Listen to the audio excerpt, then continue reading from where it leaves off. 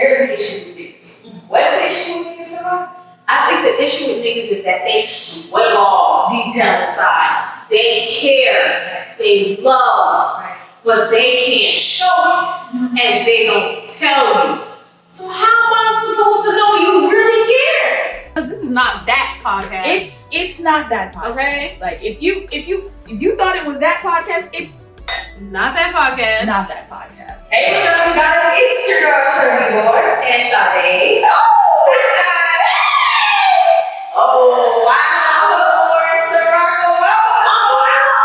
I'm a big girl now, y'all. Period. Okay. No, not a big girl. She wrong. I'm still Cirocobama on the weekends. Oh, so it's Sade and then Ciroc is for the party. Yeah. Ciroc's for the getting lit. I'm still single. Oh, that's on me. My skin. Yes!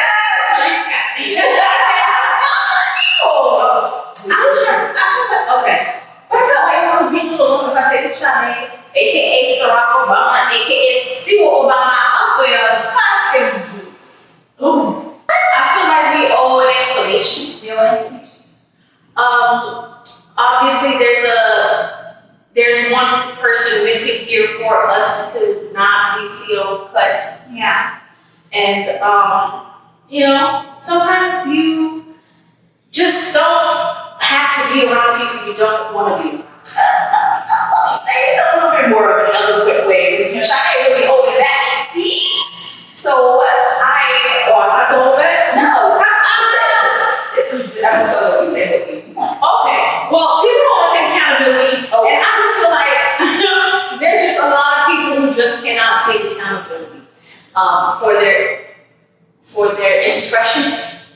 And instead of trying to fix whatever is broken, they just avoid it in general, and then they go around the city saying that people don't like them for no reason.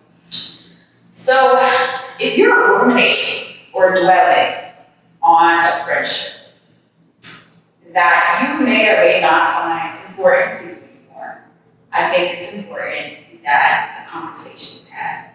And we're talking about Uncut. That conversation was never had because of the lack of accountability, like Shirley said. So you are now here with us to accountable people. And we're transitioning out into This Is Not That podcast. Just come on, just vibe. Just vibe. But I didn't talk as much on Uncut, and I feel like I'm going to explain to you guys why I feel like niggas ain't shit. I feel like you guys just think that I just be saying things just to say things, and I don't. Right. I have experience. So let's first start off with like the definition of niggas, because I feel like you guys really need to understand that we're not just talking about black people. Yeah. Okay. So it's not gender or racial bias. So they can be white niggas, they can be women niggas. There's just niggas everywhere. Niggas just do whatever. Sometimes like my dog be doing some shit, and I'll just be like, man. First of all, I do your correction, and I'll look at it. You are funny as fuck. Nigga. Yeah. Sometimes my dog be nigga, I'm like, yo, nigga, like, relax. Right. So, nigga, we're not just talking about men. We're not just talking about black men. You know what I mean? Like, it's a noun. It's a person, place, or thing. It's synonymous to. You can use it all you want to, as much as you want to. It's a sentence enhancer. An enhancer.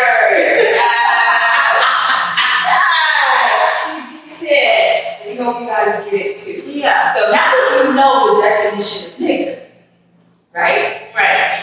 You'll be a little, black men can be a little less offended when I say it. Okay. Because I feel like their guard is up as soon as I say nigga. What? I did no such thing. We're not targeting you. It can also be used. But the term, yeah. But the shoe can also fit. Like if the shoe fits, you can make it. You know what I mean? So there's that. So now that we have the definition here, now that ain't shit. Like, what's the correlation between the two? Just niggas. You know, it reminds me of Boondocks. And when they asked you, nigga, he said, don't call me racist. I don't mean nigga as a black person. I mean nigga as an ignorant motherfucker.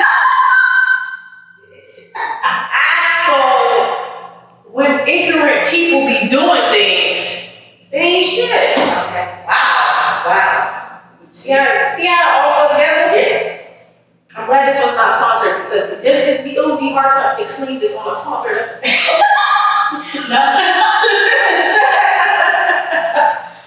This episode is only affiliated with Sade's thoughts, okay? Maybe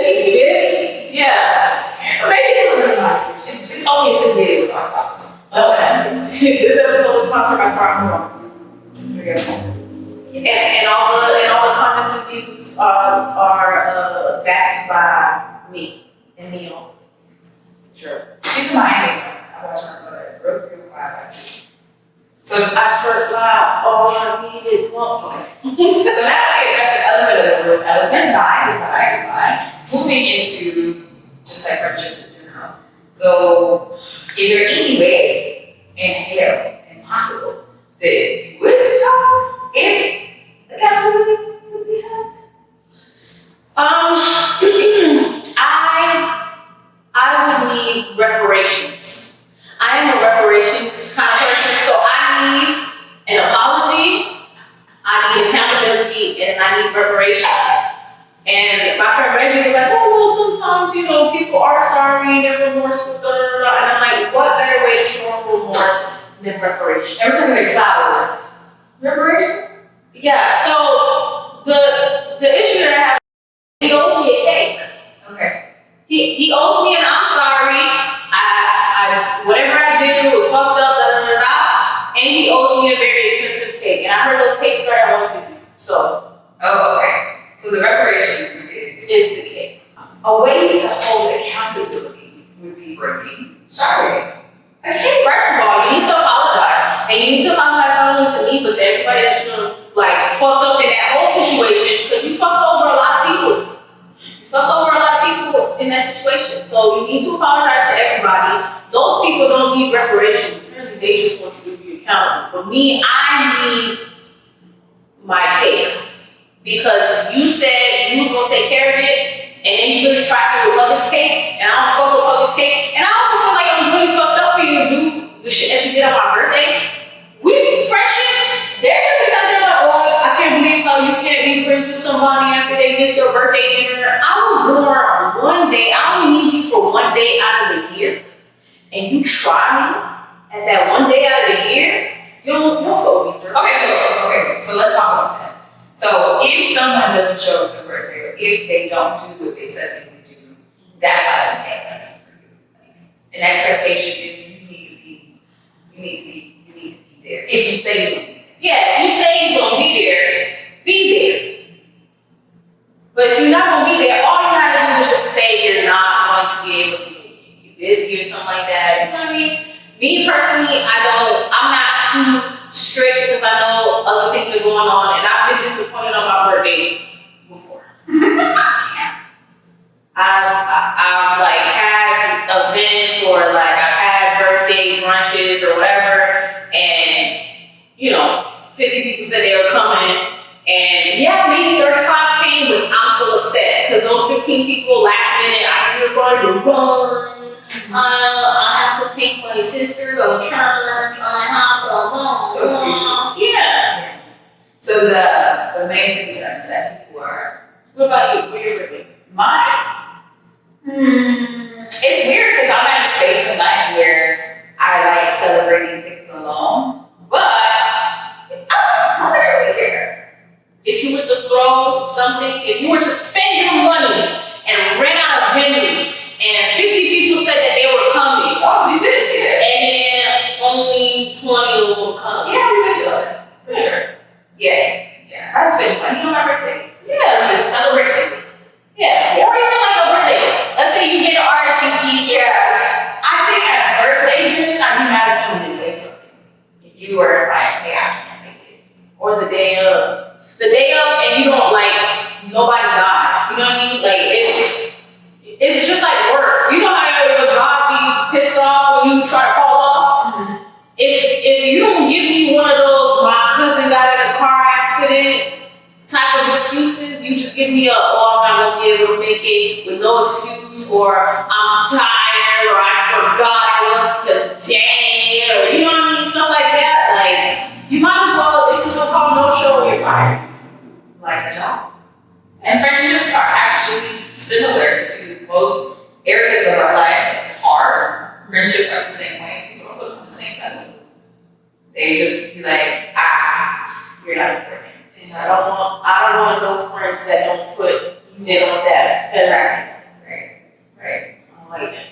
So what would be a way for you to kind of like heal? Because I can tell you this off. How would you be able to heal? Is it okay or is it just letting it go? Oh, me? My healing is different than everybody else's. And I feel like everybody feels different. Right. And mine is you no longer exist. Oh my gosh. So because you don't exist, like Thanos, so snap your fingers, nobody remembers what happened or who you are, and That's exactly what you do. I literally do that. Yeah. And out of sight, out of mind, but even if you're inside, I'm like, oh, I don't know what that is. So you may go to the toxic shit, are you? I feel like you guys use toxic for things you don't like to hear. Because toxic is not a word to use when you don't like something. Mm-hmm. It's not the word. So how is it toxic? That's a good question. It's toxic because you just forget people that were very important in life. But that helps me. That helps me heal. I mean, I could also try to get revenge. Is that not toxic?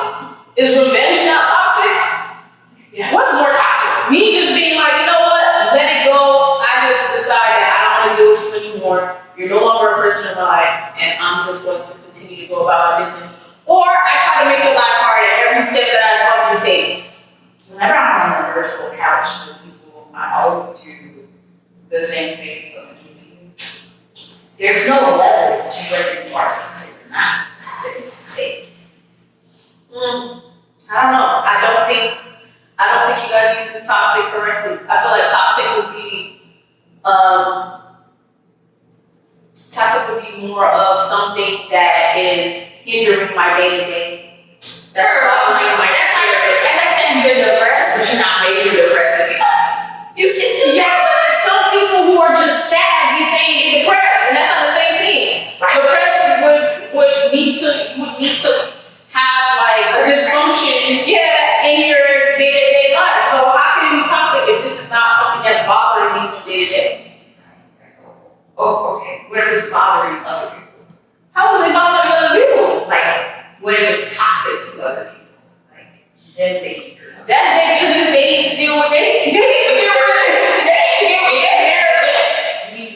You need to go and find a therapist, like I did. Pay her. Because therapy only works when you pay. And do the work for yourself. Because I've done the work. It doesn't bother me from day to day. I don't have any issues. It doesn't bother me that I don't talk to you ever again. So we're rating that back. If you are not seeking therapy, don't talk to Shirley. Oh yeah. Don't talk about therapy. No, I hate that. I hate that. And so there's a discussion that I saw online where people were like, people use therapy to fuel and victimize other people who don't go to therapy. Yeah. They use it as an insult. And I think it falls under the category of unsolicited advice. I don't like when people give me unsolicited advice. Don't tell me I need to go to therapy because you think therapy is going to make me think like you. If you've been in therapy, you would know to just mind your own business and be okay with it. Damn. So there are a lot of people who go to therapy who are suckish therapists who don't even know it.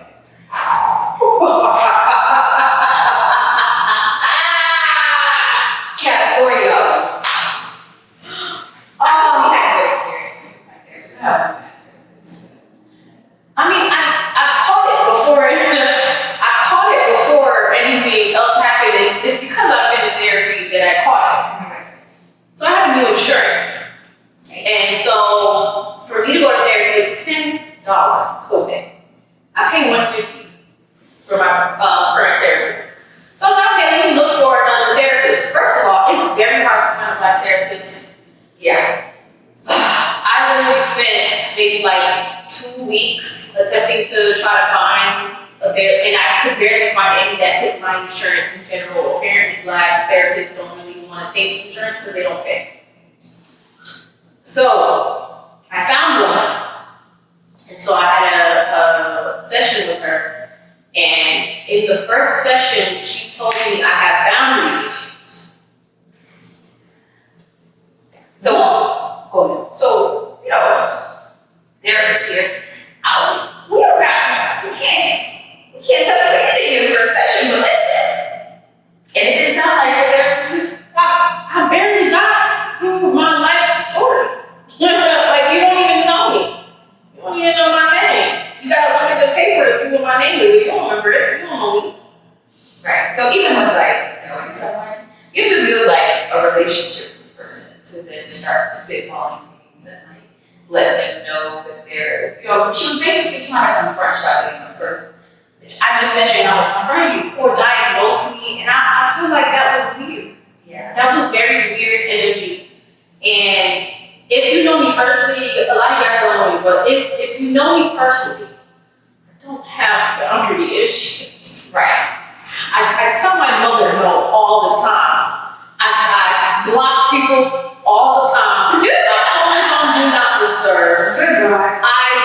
Boundaries. I have nothing but boundaries. Right. So for her to say that I have boundary issues is crazy to me. And it gave me a red flag, and I was like, you know what?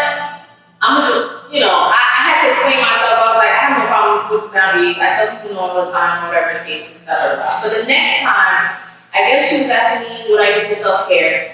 And I be on social media all the time. And I play video games all the time. Now, not stereotypically, whatever. Like, most of the time, the people that play video games or on social media are like, I guess it's kind of like the idea is that these people have terrible social skills, they can't differentiate reality from fake, you know, stuff like that. But me, social media is completely entertainment. If I don't know you personally, and I'm watching your TikTok, I literally only have 15 seconds of something that you have posted. I don't know if it's a joke, I don't know if it's related to your life, I don't know if it's real.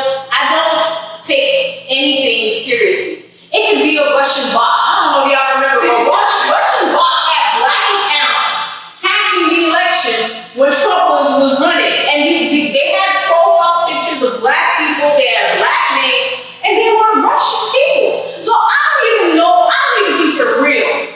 I don't even know who you are, but I don't even know if you're real. So basically, your therapist said that you had boundary issues. Mm-hmm. You clearly have very good boundary issues. And then you mentioned that you do things for self-care that are, I guess, stereotypically not healthy for other people. Children, immature people who think that social media is a real place. Right. And so she was like, oh, you know, that's not healthy, and this, that, and the other. And I was like, you know, and she brought up, you know, people are influenced and, you know, how people are depressed because they're on social media, this, that, and the other. And if I think back to myself of when I went viral, they were literally killing me. And I literally am being bashed online, Murking her in comments, murking me, and I'm dying laughing. I thought it was the funniest thing I have ever seen in my life. I still have that TikTok up. I literally said that my boyfriend asked me to go to Waffle House, so I took him on a cabin trip, right? My boyfriend had mentioned he wanted to go on a cabin trip before, but when you asked him for his birthday, he acted like he don't know. Oh, I'm not sure, you know, I just want to go to Waffle House, whatever. I took him on a trip. We also went to Waffle House, but I took him on a trip. This is why Black men are depressed. Black women don't listen. Oh, I hope he cheat on you. This is why you got, watch when he leaves you for another woman. You're doing too much. All this crap. And they are eating my ass up. And I am dying laughing.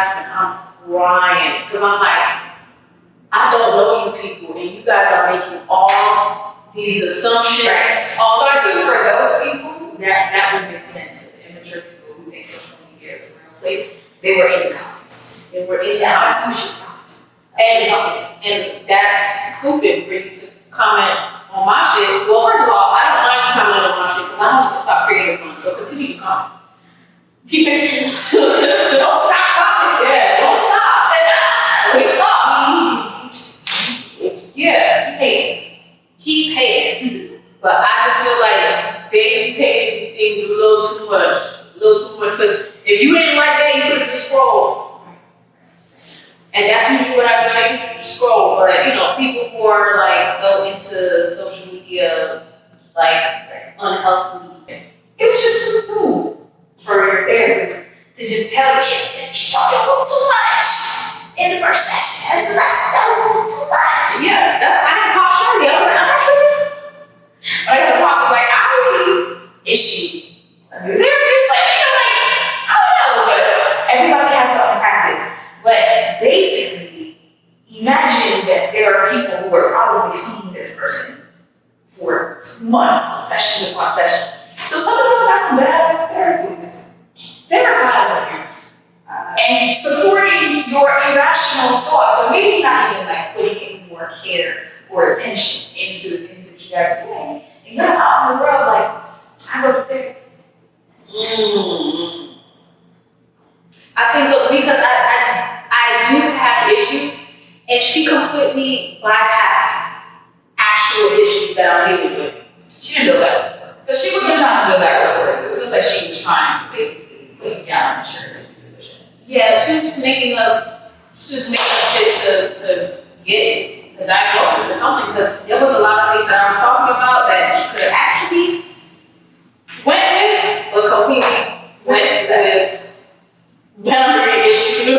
And she could have been further from the truth. Right. So I can only imagine that many of you guys have therapists like the one that Shirley found. And they're not really pouring onto you in the way that they should, or they're struggling with confrontation, or maybe there could have been a reason why the therapist decided to do that. I'm not really sure. I don't know what her intervention practices. I don't know why she did it in the first session. Hey, everybody has their own style, but I can only imagine someone else hearing from someone the things that they don't need to hear, or the things that they may not know, or they may not know, but it's not necessary to bring up in the first session. So you guys have these therapists, and they're not really supporting the cause, and they aren't telling you not to do certain things, and they're just listening and hoping that you arrive to that conclusion sometime, and you're trying to be friends. So that kind of like brings me back to, if the person doesn't have therapy, how do you be friends with them? It actually sucks, to be honest, because I end up being the therapist's friend. And so if me and them get into something, usually they want me to see their point of view. Right. And they don't want to, they feel like I should understand where they're coming from, because, I asked you how's your mental health, I asked you, how's your day going, like, is everything okay, things like that. And so they pour themselves, their issues, or they tell me whatever's going on. But when I'm going through something, sometimes they don't try to understand, or, Right. But that's the thing that we would actually know about therapist friends is we're always the best person for people to come to.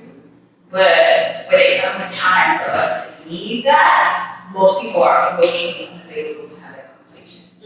And what y'all don't know about therapist friends is, one, we don't sign up for it. Two, we don't get paid for it. and that means it don't work.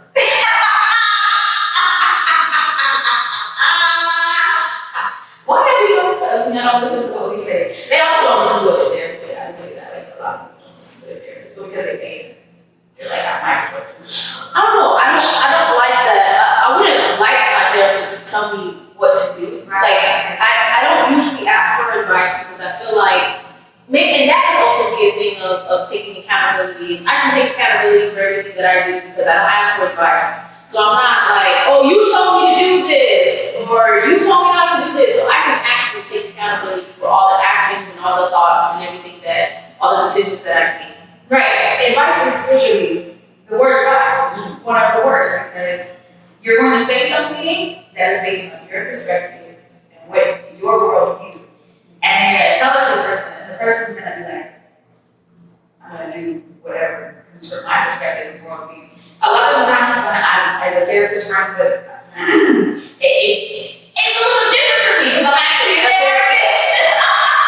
But as a therapist friend, I'll give them advice. I just feel like it sounds like, okay, well, like, what would be the best decision to make at this moment for yourself? Like, how would you do this? And that's the therapy that I go to, and that's what I would prefer because it's more of a because me and you have two different ways of seeing things, and the way that it may work for you may not work for me based on my experiences. You know what I mean?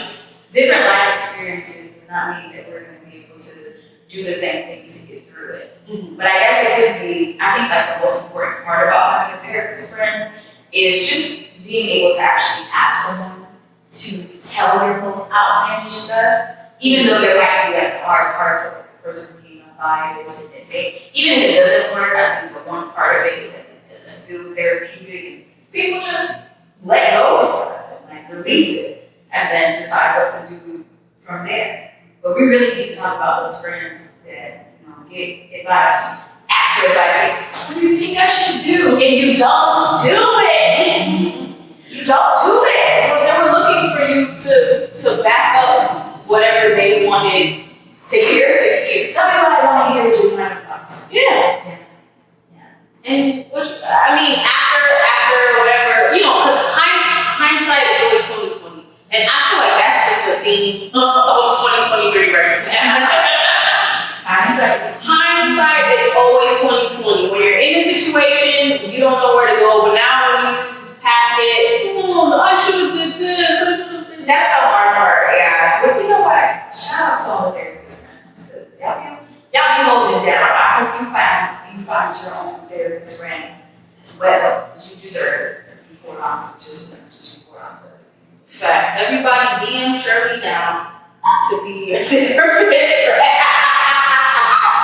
I want to talk about that. Oh, you guys are DMing trying to be my friend. Well, no, some people be trying to DM me to actually get service.